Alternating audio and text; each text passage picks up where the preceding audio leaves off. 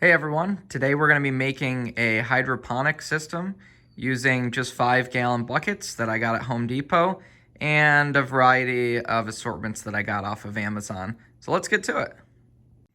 So here's just an overview of some of the items that I bought. Obviously we have 4 5-gallon buckets here. We're going to have one system, but it is going to be able to have 4 different plants in it.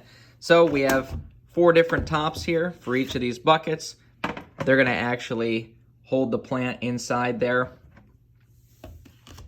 I'm going to drill a hole in the tops of these and use a rubber stopper. That's what I'm going to use to actually fill my buckets with water when I need to. We have our air pump here. That's what's going to circulate air through the water, making sure that the plants have good oxygen flowing through them. The air system is going to ultimately connect to these, which are air stones. They're going to be placed in the bucket and providing that air circulation. Just some tubing. This kit right here has enough tubing to do all 4, plus it's got some connections and the check valves are already in it that we're going to use as part of the tubing system. We have some clay pebbles that we're actually going to place inside of our plant housing here. And then lastly, just to actually put our plants in, we have just some of this hydroponic rock wool. All right, so the first thing I'm gonna do is set up my air pump system. You can see we bought one air pump for all 4 of the buckets, and the air pump actually comes with a hose that's gonna attach to the manifold, and it looks like it has 8 different slots that you can hook in for air. We're only going to be using 4 of them today. I ended up buying a 50-watt pump because I read about 10 watts per hydroponic bucket. So we're only going to be using 4 of them. That's about 40 watts that we need. If you're going to be scaling this bigger or smaller, you can buy a different size pump. Depending on the size pump that you buy, it's going to have a different number of air slots there. So I'm gonna use my tubing, and I'm also gonna put some check valves on that just to make sure that no water does run back into the pump.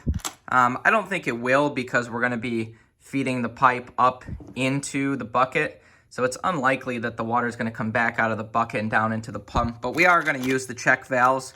So I'm gonna make these up real quickly, and then I'll show you what it looks like.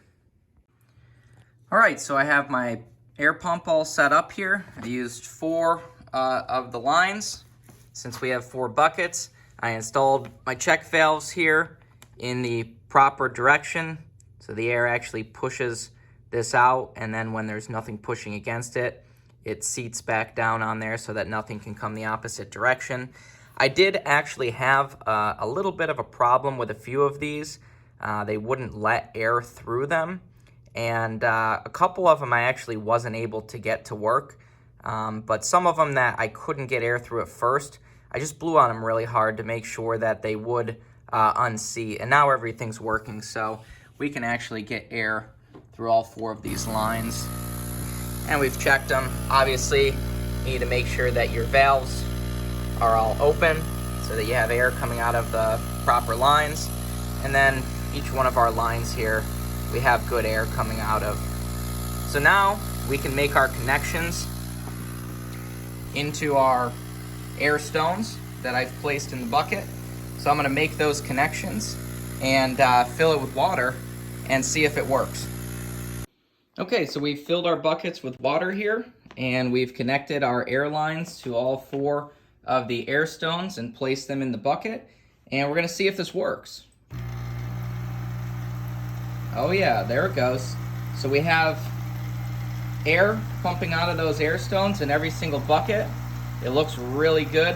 That's going to provide oxygen into the water, and that's exactly what we need for a hydroponic garden to grow. Just one thing to note about these buckets that I really liked. You can tell exactly where the water line is, and that's going to be really helpful when we have to fill the buckets as the garden actually uses and consumes the water. So since we're going to be putting the top to our bucket on at some point. We can't just have our air lines feeding up over the edge of the bucket. My solution is going to be just to drill a hole right in the side of the bucket here and feed the air line through. So I'm going to drill some holes in each of these buckets, feed the air lines through, and then we'll show you what it looks like. All right, so we're just about there now. Our last step is to simply install our tops and put in our clay pebbles that we're going to use to fill the buckets here. I was thinking of using a rubber stopper to be a hole so that I could fill, but now I'm actually thinking I might be able just to feed water right through the clay pebbles. And since I can see what the water lines are in these buckets, it shouldn't be too bad. Maybe at a later date I might decide to install these, but for now I'm going to try it without it. All right, so I installed the tops on my buckets. Overall, they have a really nice fit. I really enjoyed how they went on the buckets. I did have a slight issue with this one here. When I snapped it on, it did crack, so I will be returning that one. But other than that, no issues. I'm liking how they're working. So the next step will just be filling with the clay pebbles. All right, so we're pretty much to the end of our tutorial here.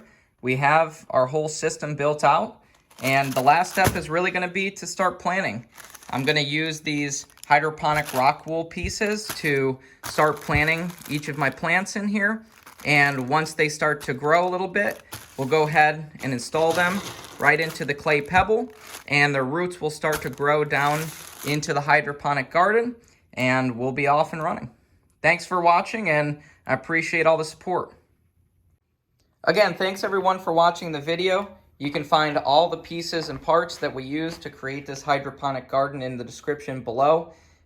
This whole system cost me about $150, so basically under $40 per bucket. So a pretty good price when you compare it to the other types of systems that you can buy already assembled out on the market. Thanks, see ya.